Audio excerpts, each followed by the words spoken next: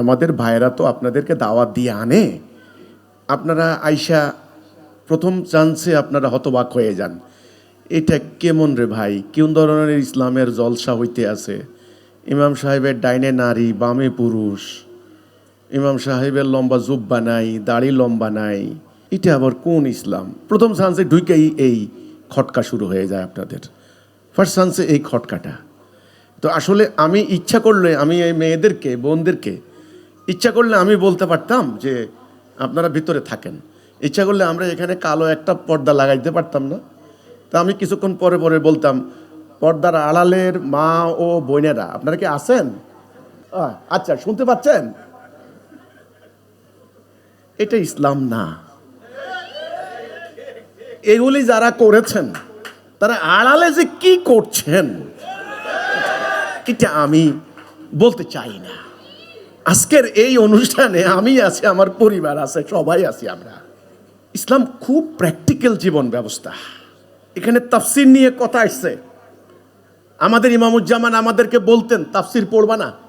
নবীর টাইমে তাফসির সৃষ্টি হয় নাই, 300 বছর পরে তাফসির আসছে।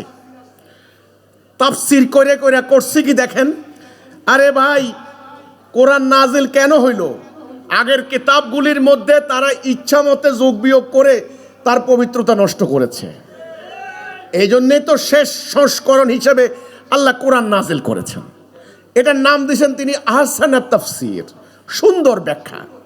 আল্লাহ কোরআনে দিয়েছেন, এর কোনো বক্রতা নাই, কোনো গোজামিল নাই, কোনো কিছু বাদ দেন নাই আল্লাহ। আপনারা তাফসির করে কি করলেন? যেগুলি আল্লাহ বাদ দিছেন সেগুলি তাফসিরের নামে এবার আপনারা আনলেন, এনে ঢুকাইলেন, ঢুকাইয়া মাদ্রাসা সিলেবাস বানাইয়া পড়াইলেন ইলমুল তাফসির। এই যখন ইলমু তাফসির পড়াইলেন, যেগুলি আল্লাহ অতীতে বাদ দিছে এগুলি আবার হুজুররা বয়ান করে করে মানুষে খাওয়াইছে ইচ্ছা মতে। দুইটা উদাহরণ দিমু। হাবিল কাবিলের ঘটনা, এখানে আল্লাহ কোরআনে কিন্তু হাবিল কাবিল নাম বলেন নাই। আল্লাহ বলছেন আদমের দুই পুত্রের বৃত্তান্ত শোনাও। তারা কোরবানি দিয়েছে, একজনের কোরবানি কবুল হয়েছে, আরেকজনের কোরবানি কবুল হয় নাই। যার হয় নাই উনি রাগে অহংকারে যার হয়েছে ওনারে হত্যা করছেন। এই ঘটনাটা মানব ইতিহাসের প্রথম হত্যাকাণ্ড। এটা শয়তানের প্ররোচনায় করছেন। ভাইরে দাফন করতে পারছেন না, পরে নিজেকে ভৎসনা দিচ্ছেন, হায় হায় কি অপরাধ করলি, নিজের ভাইরে দাফন করতে পারলি না। তখন কাউয়া এসে কাকা কইরা আরেক কাউয়ারে এভাবে মাইরা মাটি চাপা দিছে। এটা শিখছে, শিখা বললো আরে কাউয়ার থেকে শিখলি আজকা। ব্যাপারটা কিন্তু এইটা, বাস, এখানে আর কিছু নাই। এখানে বেসিক শিক্ষাটা হলো ইবলিসের প্ররোচনায় হত্যাকাণ্ড ওখানেই আছে। অন্যায়ভাবে একজন মানুষকে হত্যা করা সমগ্র মানব জাতিকে হত্যা করার শামিল। এই ঘটনাটা হলো এইটা বেসিক শিক্ষা। অন্যায়ভাবে কাউকে হত্যা করবা না, পুরো মানব জাতিকে হত্যা করার শামিল। ওকে, শেষ। এবার তাফসির খোলেন। তাফসিরের মধ্যে কাহিনী শুরু হয়েছে। আদমের ওই দুই পুত্রের নাম আসছিল হাবিল কাবিল। মারামারিটা কি লেগে হয়েছে? আগের ভাই পরের বোন, আর পরের ভাই আগের বোন, এরকম একটা হিসাব আছে। কইরা জোড়ায় জোড়ায় আদম সন্তানের বিয়ে শাদী হইতো। এখন যেটা মারছে ওইটাই ওই আগের বোনেরে পছন্দ করছে, ওটা একটু সুন্দরী আছিল। শুনেন ঘটনাটা কিন্তু, তাইলে কিন্তু নারী সংক্রান্ত কেলেঙ্কারির কারণেই হত্যাকাণ্ডটা ঘটছে। দোষটা কার দিল? নারীর।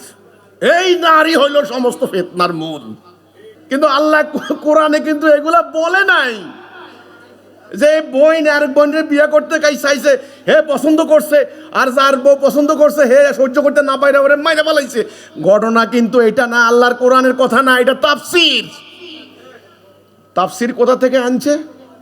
ওই তাওরাত, ওই আগের পুরানো কিতাবগুলি ঘাইটা ওগুলো ঢুকাই দিছে। কেন করলা?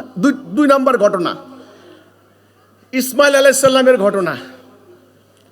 ইব্রাহিম আলাইহিস সালামকে আল্লাহ পরীক্ষা করাইলেন, স্বপ্ন দেখাইলেন, ওনার পুত্রকে আল্লাহ জব করার নিয়ত করলেন। পুত্রকে যখন বললেন, বলে আব্বা আপনি সেটা বাস্তবায়ন করেন যেটা আল্লাহ আপনাকে হুকুম করছেন, আমাকে আপনি ধৈর্যশীল পাবেন। এই কথাটুকু ভাই, এইটুকু। এর পরিবর্তে আরেকটা কোরবানি করে দিলেন, মূলত তিনি পরীক্ষা করলেন। ওকে, এইবার তাফসির কি হইল? ইসমাইলকে শোয়াইছে, নিয়ে গেছে শোয়াইয়া জবাই করছে ইচ্ছা মতে। এখন ছুরি যাচ্ছে না। জোরেন কিভাবে ড্রামাটিক, নাটকীয়, ভয়ঙ্কর ভাবে তাফসীর করতেছে দেখেন। ছুরি চালাইতেছে চালাইতেছে চালাইতেছে, জবাই হয় না হয় না হয় না। তারপরে পোলায় মানে ইসমাইল আলাইহিস সালাম কইতেছে, আব্বা ছুরিটা আবার ভালো করে ধারান, আপনি আমার চোখ বাইন্ধা ফেলান।